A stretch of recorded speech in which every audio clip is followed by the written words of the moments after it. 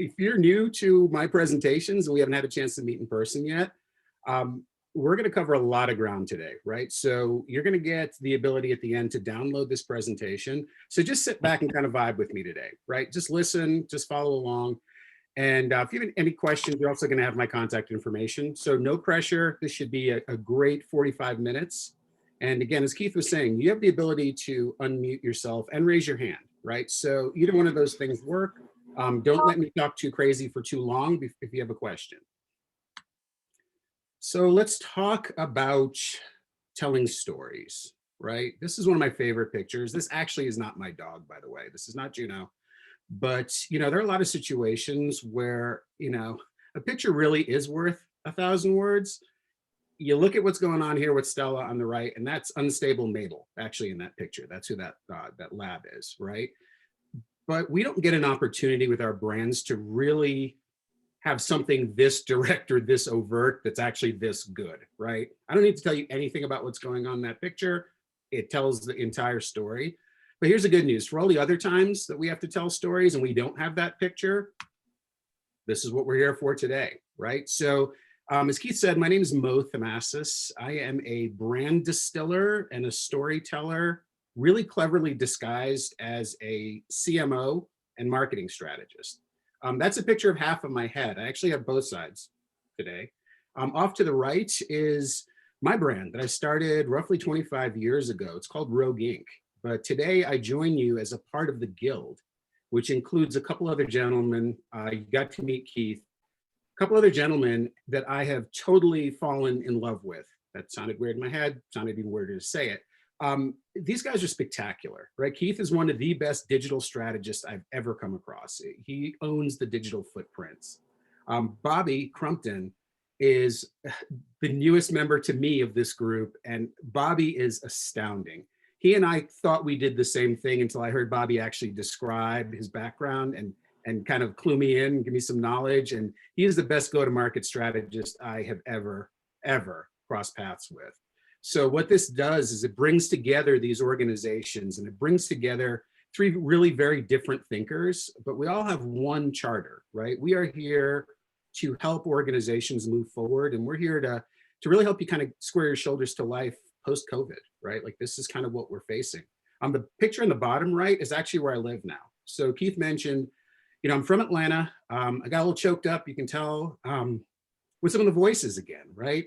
It's a hard move when you decide to take about 30 years and transfer it across the country. But it was really, really cool to hear all the voices that I recognized on the call today. So thank you, folks. And again, that's Half Ahead, Rogue, and Montana. Let's talk about where we're going today. So when you start talking about storytelling, right? The first question you ask is, okay, I get stories. Stories are cool, but why do I need to tell stories for my brand? Right? Valid question. And we're going to cover that first. Then we're going to bounce around a little bit. I think Keith and Bobby, if they'd admit it, are trying to figure out how I'm going to land this concept of cooking a recipe with this, because I think they were pretty much laughing at me when I first came up with the idea. But we're going to do all of this kind of chef-based kind of creative terminology, because I really want you guys to think about how you put your brand together and your brand story. So we're going to talk about prep. We're going to talk about the actual recipe for building a gourmet brand story. We're going to create your menu, right? I'm going to help you guys get started on getting your storytelling lined up. And then I'm going to take you off the menu, right? We're going to talk about some do's and don'ts. And, this discussion today, guys, is different than probably, I would say 95% of the other times I've given the same type of presentation. And what's different about it now is this one really sounds more like the conversations Keith, Bobby, and I have when we're sitting in the office, right? When we're having to do work for clients and we're having to think through kind of what this new world order has brought, to how we actually fulfill our promises to our clients. So, this one, think about this as a storyteller, think about this as the acoustic jam.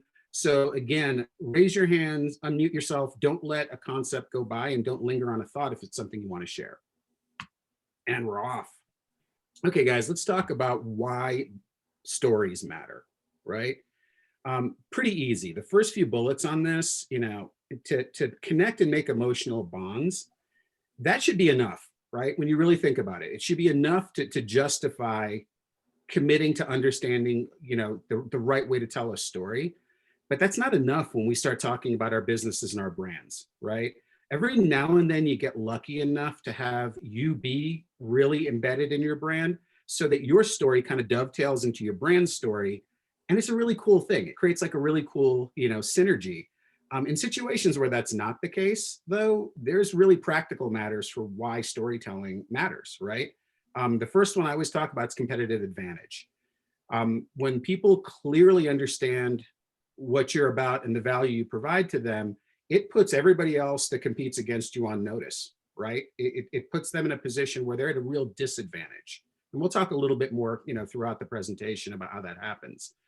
Differentiation. Have we not heard that word a million times, right?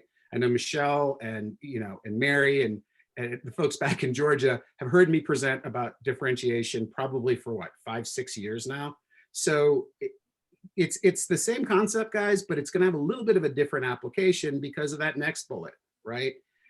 Whether you want to square your shoulders to it or not, 2020 has been, I'm going to say it's a year of opportunity, right? And for people who are looking at it from that mindset, all of the shifts that came as a result of the pandemic are creating new opportunities and open doors, right? It's really going to be up to you to figure out if you want to walk through that door, if you'd like it to close in your face. And it sounds pretty rough, right? But that's kind of the reality we're facing now. There's been shifts in markets, there's been shifts in competitors, there's been shifts in people's buying practices and behaviors. So this is actually, a big part of why you'd go back in and kind of rebrand or retell your story. Brand equity. Wow, that's my favorite thing, right? So we always joke around with this and we go, okay, what's worth more, Coca-Cola bottling or the Coke brand, right? That's a great, example. Apple's another great example of brands that just have such equity and such weight, such heft in your mind that the brand itself and the story behind it and that connection actually is as important as whatever the product is, right? So that concept of brand equity, that really hasn't changed. As we've gotten more technical, it's still the kind of the anchor and the human connection between businesses and individuals. All of that ends up in a discussion and profitability, right? And Bobby and I have these discussions all the time. The right targets, the right audience, the right connection, the right business partner, what it means is you work better, things go more smoothly, right? And all those things end up with, increasing your profitability. Profitability is what you get to keep. And sometimes it's intangible, like brand equity, and sometimes it's actually tangible. It is, like money or any other resource.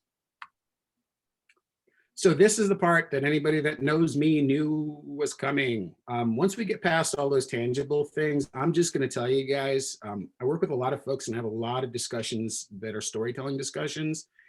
And the old you is just not gonna be good enough, right? Let it sit for a second. And it's not a personal thing, right? The old you I'm talking about is your old positioning, your old story, right? We talked a little bit about what was going on this year. And we talked a little bit about the pandemic and what it represents. And wow, I'm gonna try not to talk with my hands, but it's gonna happen, right? So just kind of work with me. When you look at 2020, right, you say, okay, what's happened here? Aside from everything we know and everything that's littering our social media feed, we've had a lot of shifts going on, right? Whether you guys have been paying attention or not, markets are shifting, customer needs are shifting, competitors are shifting. If they're smart, people are looking to enter new market spaces, right? So here's the funny thing, and my active clients know that I think this way. You've got to be looking over your shoulder now because you might have a competitor that you've never seen before, that quite frankly wasn't even a player in your space until the opportunity presented itself with all the shifting that's happened in 2020, right? The reality here, guys, is that last bullet, right? There are dire consequences now of losing connection with your audience. And the fact that you're even on this call today and that you're thinking about this really puts you actually ahead of the curve, right? Because there are a lot of people that aren't going to really think through this. They're not going to try to look at the shifts. They're not going to try to understand their audience's needs.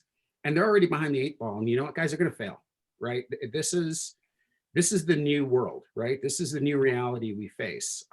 Also, I owe you guys $1 if I use the term new normal. That one drives me crazy. Keith, if you can track how many times, and then Bobby will be happy to pay you in cash for, as part of that. You got it. It's like a swear jar, right? So, again, guys, when you go back to the why of why stories matter, right? There's the soft side, the intangible, right? It's the brand equity, it's the human connection, it's all the emotional bonding, right? But then there is tangible. There's a reason why you need and your company needs you to actually tell the story properly, because it's your fastest track to profitability, and right now, honestly, staying in business, right? So I'm going to assume, because everybody's quiet, it's because you guys totally agree with me, not because Keith is controlling the mute. Let's talk about some prep, right? This is great. Yeah, I don't know how I'm going to make this concept work the entire call today too. So we'll add $1 every time I get away from this recipe thing. I owe you guys $1. So here's the first thing you need to do, right? Almost like preheating your oven. I need you to preheat your mind on a couple of thoughts, right? The first thing is you have to stop this weird thing that I'm starting to see now, which is like this analog versus digital, argument or discussion. These two things need to live together, right? People have gotten so far away from making sure that their story is good, their brand promise is the way it needs to be. And they've gotten so preoccupied in how many digital platforms am I on? Do I have an influencer? Do I need to be doing something on Pinterest? Do I need to be on Instagram? Have I made the right clickbait, type of headlines so that I can get them into some loop where they'll constantly be seeing my brand over and over again? Look, these two things in a perfect world live in harmony, right? And the first time I said this, and I promised I wasn't going to do it, but I'm going to put this in your head and ruin the rest of your day. Remember that Ebony and Ivory song, right? Like that's the kind of thing I need you guys thinking, right? So in our world, analog versus digital is like Mo versus Keith, and that never happens. It's always Mo and Keith, right? So the key here is you need to focus on digital, and you need to have really strong digital platforms and footprints. But when you get them back to where you live, you got to tell them the right story, guys, right? So these two things aren't in conflict, they work together, right? The second thing I need you to really kind of be thinking through is to own your own narrative. And this sounds kind of silly, right? But if you don't go through this discussion and this type of exercise, somebody else is going to own your narrative, and you're going to be really on the wrong side of the law if that somebody else is me, because I'm going to give you a nickname and I'm going to tell everybody who you are, right? It's a competitive strategy that is very disruptive, but it's the reality of what happens, right? Your competitors out there right now, I know it from some of my active, customers right now. Not only do they try to explain to people why they're better than you, but they try to take a shot at you, right? So, you need to think through these things. So you actually are the one controlling people's perceptions, right? Perception is reality in this game.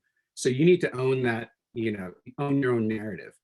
The next piece is really kind of me talking through all the points in one shot. This master the arts and science piece is to think with both oars in the water, right? You have to have a strong digital footprint. That is a necessity for any organization today. But the fact that all of this new technology, all this marketing automation, all these platforms are really forcing us towards more content. This whole content-driven strategy creates as many challenges for storytellers as it presents opportunities, right? You've got to make sure that you stay on brand, on message, and are relevant to your audience throughout all of these digital touch points, right? So again, get your mind working correctly. One doesn't replace the other, right? I'm not telling you at the end of the day to come up with a really cool brand story and then take your website down, right? These two tools actually work together. And the real magic is when you start seeing organizations that know how to use both the digital and the analog storytelling elements. Okay, here comes the recipe. It's going to be awesome. I still am holding to this theme. Crazy. All right, we're going to start off with 2 parts. And I don't know what a part is. Maybe it's like a quarter cup. One of my best friends is a chef. I should have asked him what a part was. Yeah, so anyway, 2 parts audience, right? And every story starts with the audience. But I'm going to give you a different perspective on audience right now, right? I'm going to tell you that the right answer is for you to start over and make no assumptions about your audience. Go back and revisit your primary and your secondary audiences and find out what is going on with these guys, right? Find out what impact the shift made for them as individuals and the impact of their business, right? It's the weirdest thing. And Keith and I, always start the discussion, and some people get, a little hot under the collar because everybody thinks they know who their target audience is, right? But when we start digging in to better understand, and we start doing the research, and we start building the personas and doing the profiling, it gets a little sketchy really quickly, right?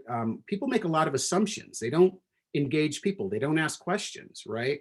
Um, you could have the same group of people, but their needs could have shifted this year. You might have a new group of people with the same needs as your original audience, but they're just not familiar with your brand yet, right? So if this sounds confusing, and it sounds like that game where you have 3 cups and you put a ball underneath it and it moves around, and I have ADD. There's no way I can even track that game. I think I've never guessed what cup the ball was under.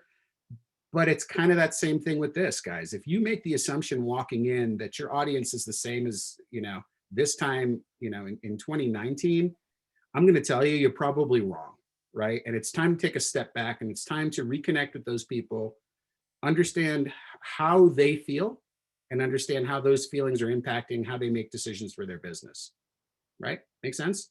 So again, I'm not going to tell you the surface level discussion of make sure your audience is appropriate. I'm going to tell you to circle back right now, right? Because making sure your audience is appropriate, that's what you read that's what you listen to a podcast for. That you don't get on a webinar to stay at that surface level. The real kind of pro tip on this is make no assumptions, right? That's your walk away thought from that. Hey, Michelle, what are you thinking? So quick question, Mo.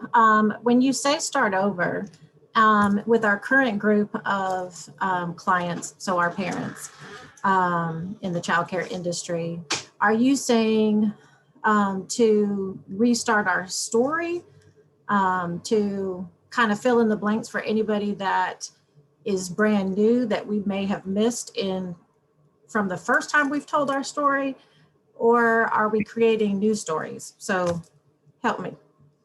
Okay, so you know me well enough that my answer is going to be yes. Whenever you, for 10 years, asked me a 3-point or a 3-part question, my answer is usually yes, right? Or blue. And my questions are always 3 points or more.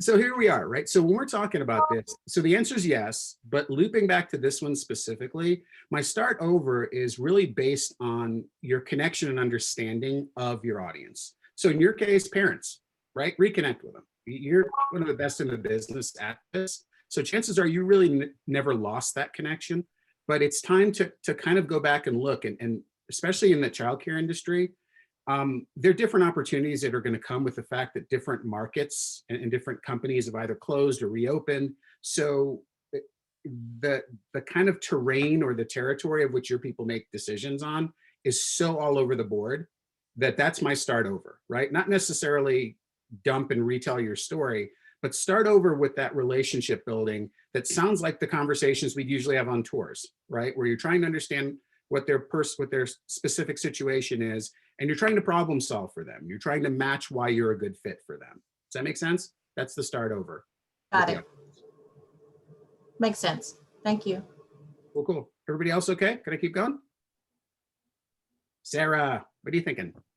Okay, so this actually makes me think of I'm from the welding supply company, and I run their marketing department, and we have a email newsletter that goes out, and we have like 38,000 subscribers, but only like 10,000 open, and the other 28 don't. And we've been talking about auditing our subscribers because we want to move from Constant Contact to Pardot, and we don't want to take the ones who don't read with us over to Pardot if we're like looking for a fresh start. Yeah. So when we're trying to learn about our audience, we were considering doing a survey. And my question is, because we want it to be an easy 1-question survey. Do you ask, are we providing you with what you want? Or do we ask them, what can we provide you? Wow, so it sounds like you need a 2-question survey then. Okay. Right? Okay, so don't ask just one question. Like, you would include both those questions on the survey? So Keith, I'm going to yell at Keith this way. Keith, bookmark this question, right? Because I feel like this is going to be a discussion that I'm going to do a follow-up call with you, and we're going to get the three of us on, right? And we're going to play devil's advocate, a couple of different approaches. I love surveys, but we've kind of, in the beginning when we would survey people, we would ask them 96 questions and nobody wants to answer 96. But then we tried to get it to where we would ask one question, and there really isn't a silver bullet, right? Because if what you're talking about here is unlocking the other 20,000 people, there's probably not one reason why they're not feeling connected, or that's not, or you're not on their radar, right? So, it's, in the true spirit of I'm not trying to sidestep the question. There's probably a little bit more I need to know about the content of your email and how you actually got the folks into your email list and into that kind of ecosystem. By the way, Pardot is a wicked tool. You're going to love it. But you do have to make these decisions, and you're thinking exactly the right way. You need to kind of clean up your thinking and get that information, that intelligence, before you migrate over to that platform, because it's going to be a little more unforgiving for mistakes, right? Right. So Keith, if you got it, we're gonna keep a hold of your name, and we will schedule a time and jump back on a call, and let's kind of talk through it. Okay, thank you. Welcome. Anybody else before I go? All right, we're rolling. All right, so let's talk a little bit about this audience thing again, right? So here's another two parts audience, but here's kind of what I want you guys to think about when we're looking at the audience again. We used to first look at relevance, right? Is that the right audience for us? But now I'm going to challenge you guys to consider kind of where people are right now, right? If you were having a discussion with someone, right, and they walked up to you and they were in tears or they had a problem, I don't think you would go ahead and start unpacking why you just had the best day of your life, right? But we do this with our brands. We are so tone deaf sometimes. And especially coming out of a year like this, people are mentally worn out, guys. I am, Teresa and I were just talking about this recently, where, everybody on our team loves each other, but we're just tired, right? It's December. Christmas plans have been ruined. Maybe Thanksgiving didn't work out, right? People are just worn out. People have also developed this over-the-top normalization skill, right? Guys, we had a pandemic this year. Stop for a split second, right? If I told you that 300,000 people, whether you believe it's directly related or as a secondary result, have died, like, I don't know how to get that number right in my head. I don't even know what that number even looks like, right? How many airplanefuls of people is that? Like, we've normalized this count as if it wasn't a human element to it, right? So if you think about that, like, if we can normalize something that's that life or death, what do you think I can do about your brand position, right? And by normalize, I mean, just have it not actually even resonate. It doesn't even register as something big in my mind, right? People don't believe anything. Facebook used to be a really interesting place to hang out, not so much anymore, right? The minute people started trying to get their news and form their opinions out of those types of tools, we saw this weird rise of these echo chambers, right?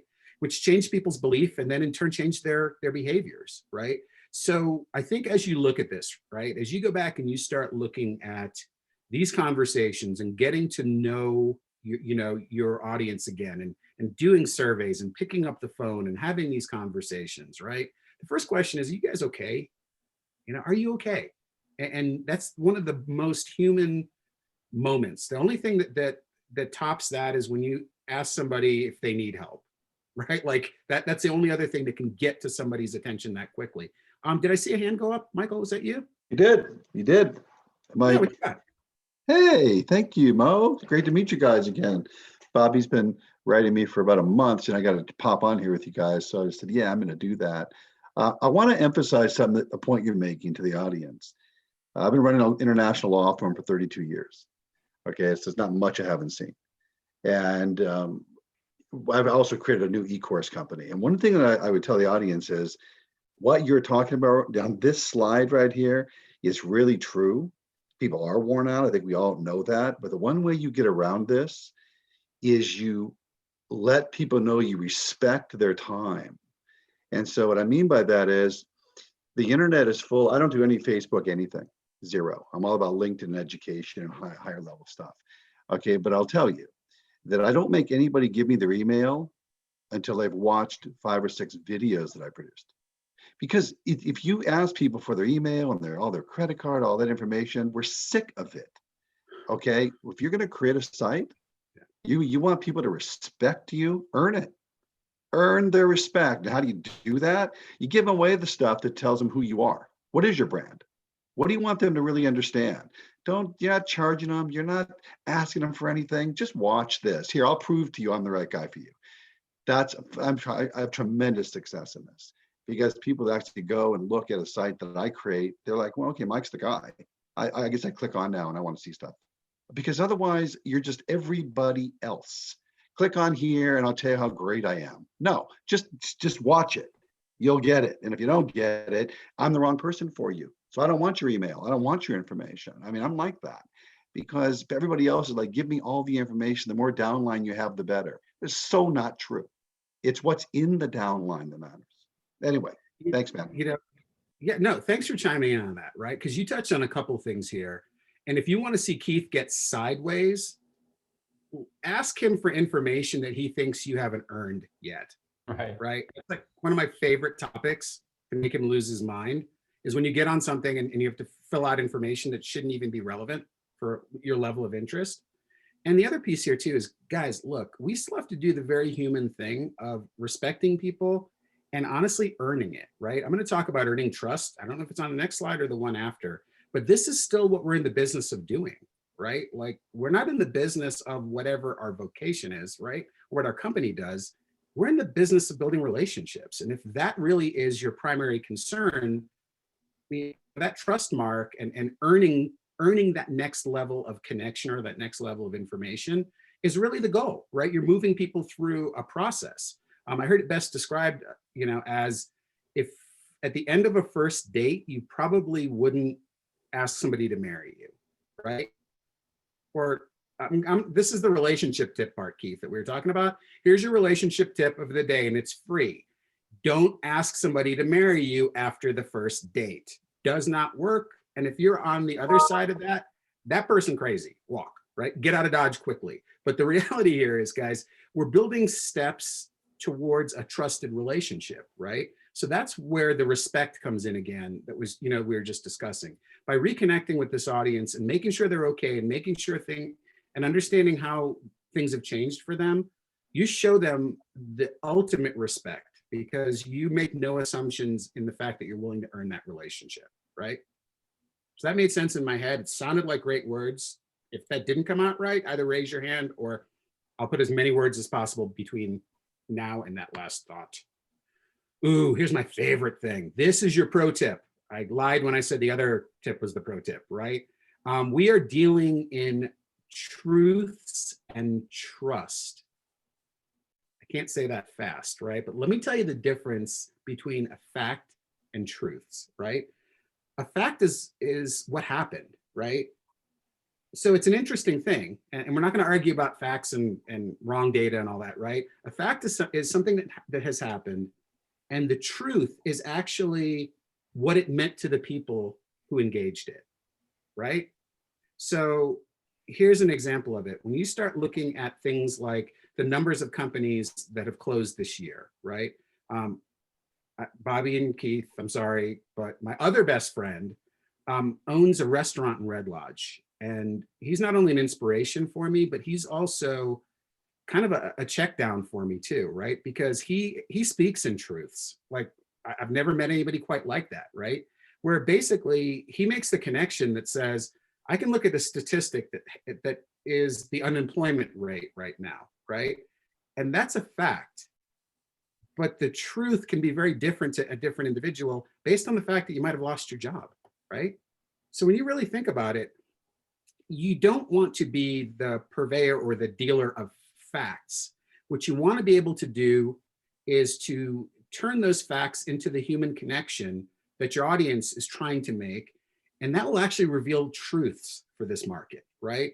And again, it's generalized statements. People have their preferences, people have different degrees of thinking, but the real masters of storytelling don't give facts without revealing the truth. It's not about manipulation. It's not about fear, uncertainty, and doubt. It's about making an elemental emotional connection with someone. It's about becoming, the air that they breathe to some extent, right? Where they are dependent on you and they want to be in this relationship.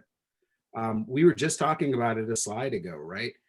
You're building a case for being trustworthy, at the end of the day, right? Because you want to build that trust. You want to turn facts into truths to build that connection and trust.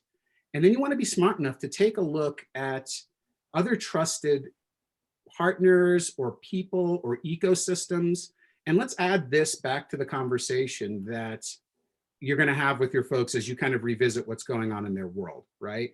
Find out who they trust, find out where they're getting their information, find out who they're turning to for other brands and other things that they're consuming, and align with those people if possible, right? Like they're giving you the roadmap of what it's going to take to be or stay in a trusted relationship. So read the tea leaves, read the breadcrumbs, right? Be bold enough to ask, well, who are you still doing business with? How has this changed how you guys work with your vendor partners, right? These questions are valid questions as you're going through this, right? So again, if you walk away with anything today, walk away with the fact that you have to turn facts into truths, and that's going to help you build that bridge of being trustworthy, right? So that honestly, for real, when I tell you the next point, that's the walk away point, I'm lying, it's this point, right? This is the one, if you need help going through this again, really come find me after this one, right? Because this is the master storyteller. That's kind of, where they go. This is fun. Teresa, you're gonna smile when you see this, right? Here's the other part. Add 5 parts senses, right? Not every brand or every brand story leads to this, but engage a human being in every way that the human being can be engaged, right? I love it. When my buddy Chris plates a dish, right? He tries to appeal to every sense, every human tendency, every human preference, right? Sight, smell, touch, taste, right? You go through, wow, I put smell twice, right? So yeah, there's 5 senses. I can't remember the other one because now I'm under pressure, but you don't have to appeal to smell twice unless you really want to, right? But the point here is if you're dealing with human beings and you're dealing with trying to either untie a perception and retie the perception you'd like them to have, John, you better not ask me what that 5th sense is if you start talking. What do you got, John? Thought he raised his hand. Keith probably muted him because Keith is the wizard of mute today for some reason. Hearing? It's good, yeah. There you go. Hey, John, what are you thinking? Hearing, Hearing. Ah, thank you. as I'm doing today. There it is. So hearing. Thank you, John. John's gonna get some kind of a prize. It probably is a chia pet, John. So don't get excited. But Keith, John needs something because he just totally bailed me out, right? But the takeaway on this one, guys, is don't go upstream and only have one oar in the water, right? Get as many oars in the water. You're going to get more speed. You're going to get more connection. You're going to get more control, right? So if you can get people to be with you and be present, right? That's really the key. I find a lot of times, and Keith talks about it in his webinar, there's like 10,000 or something impressions that you have to sort through in a day, right? So it gets really, really hard to even get somebody's attention. I would tell you to lean into everyone's senses, right? What does something smell like? What does it sound like with hearing, which is not replace the smell here, right? Pull them in, let them go.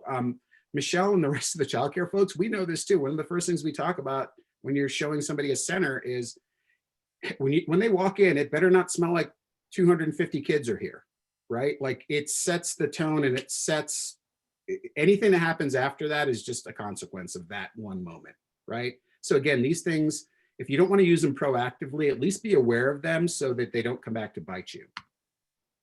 All right, we're going to talk 3 parts and a dash, right? And I don't know how much a dash is, so again, bear with me. But I'm going to challenge you guys to really look into your hearts and really focus on authenticity, right? And this is the love them or leave them. If you are not passionate about the people and the market that you serve, go find someone else. Yeah, let it soak for a second. You're not fooling anybody. And it's going to be, from here on forward, guys, it's going to take a different level to delight people, to keep them as your audience, to keep them as a client.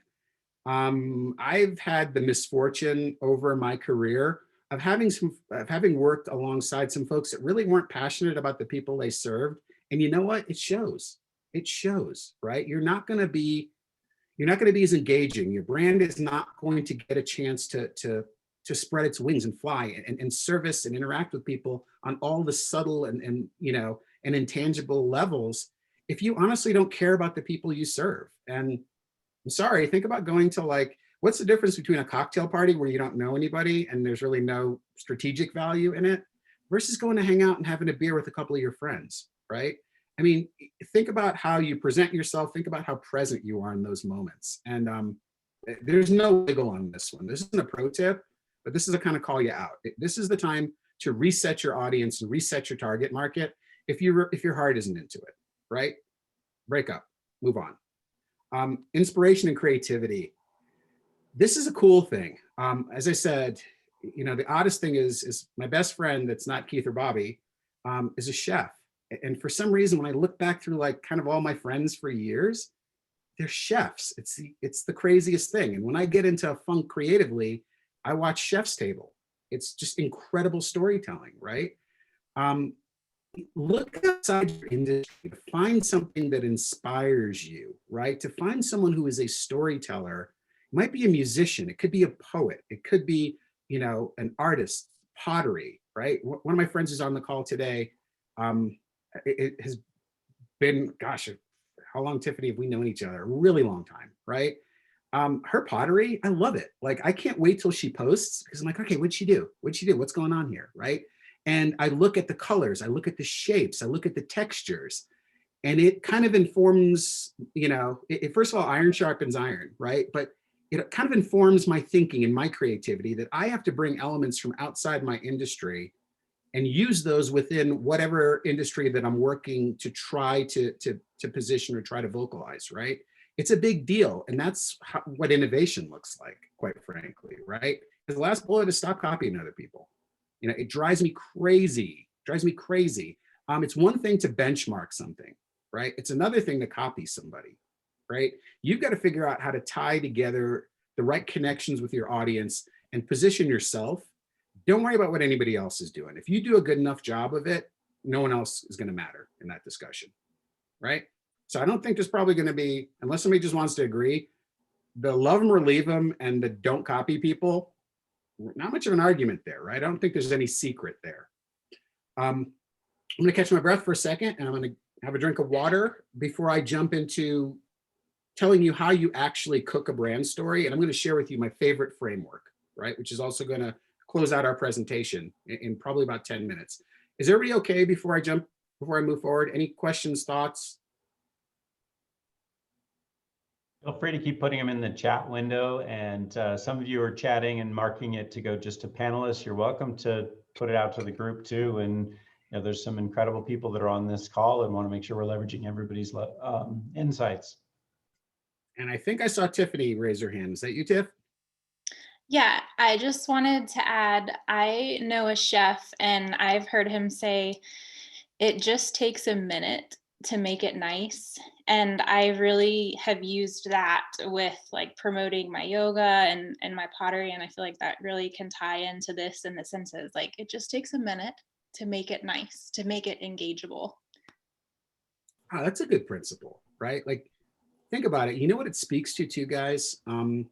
I would challenge you all to be artisans, right? Don't be heavy-handed. Don't pummel people with your thinking or your branding, but be an artisan, right? Like, think about plating your story.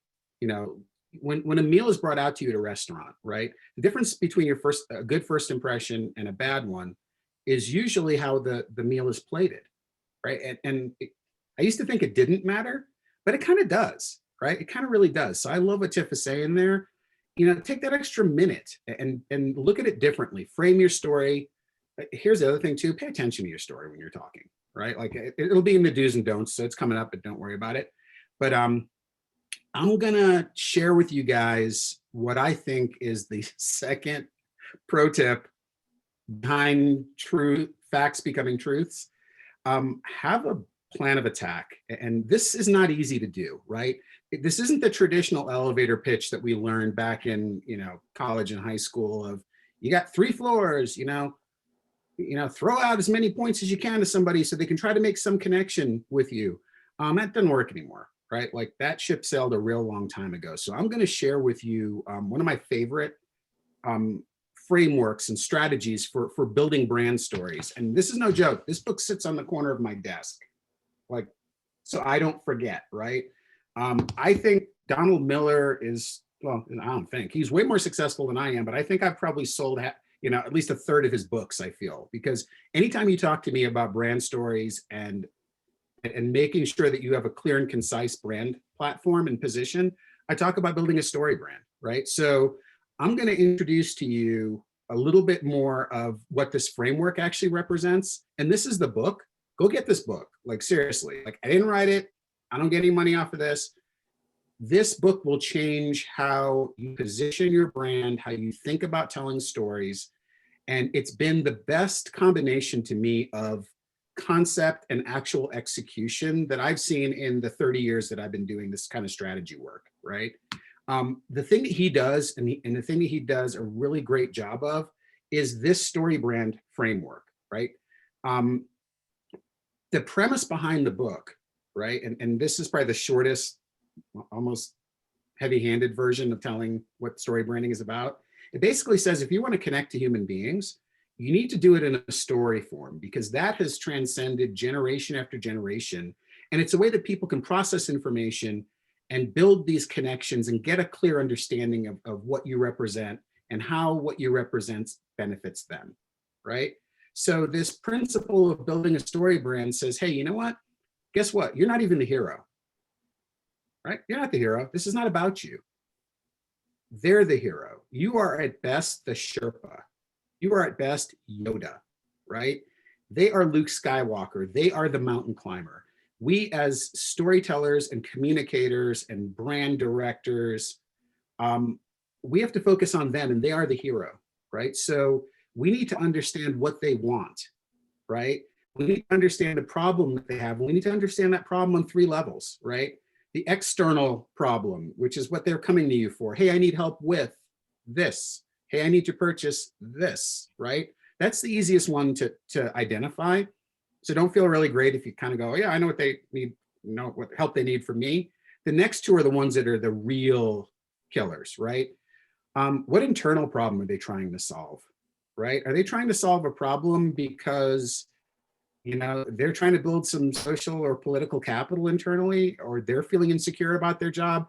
There's such a balance in this world of stories that we're told and stories that we tell ourselves, right? And the stories that we tell ourselves, guys, build or break us and build or break our brands, right? So understanding people's internal challenges and how that aligns against their philosophy of life, you will understand your audience to a level that goes way beyond any one of your competitors, right? And this is why you really do have to love the audience you serve, because if you're not willing to get this deep, I'm going to tell you, you just kind of jump off the call right now, right? Because anything else I tell you is going to seem crazy, right? Because once we have that knowledge, we have to position ourselves as their guide, right? We understand the problem. Hey, we've solved this problem. And then we provide them with a plan, right? And this plan is magical because it's a combination of what we can do, but it's also a trigger. It's a platform. Our plan is, if you think about it, it's rocks in a stream, right? And we want them to get to the other side of that stream. So we got to call them, to action. And this is where if they ask you to marry them thing came up. So there's a direct and there's something he calls a transitional call to action.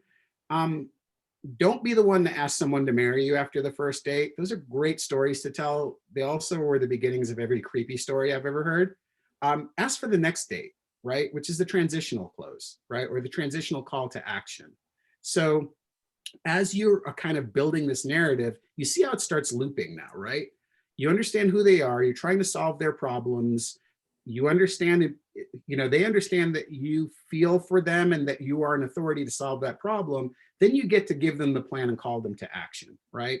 And then the results kind of go in a couple of different directions, right? And it really is more a personal preference at that point. And this is where I need you to be aware in your storytelling, because sometimes fear and scarcity is more of a motivator than it actually is to be successful, right?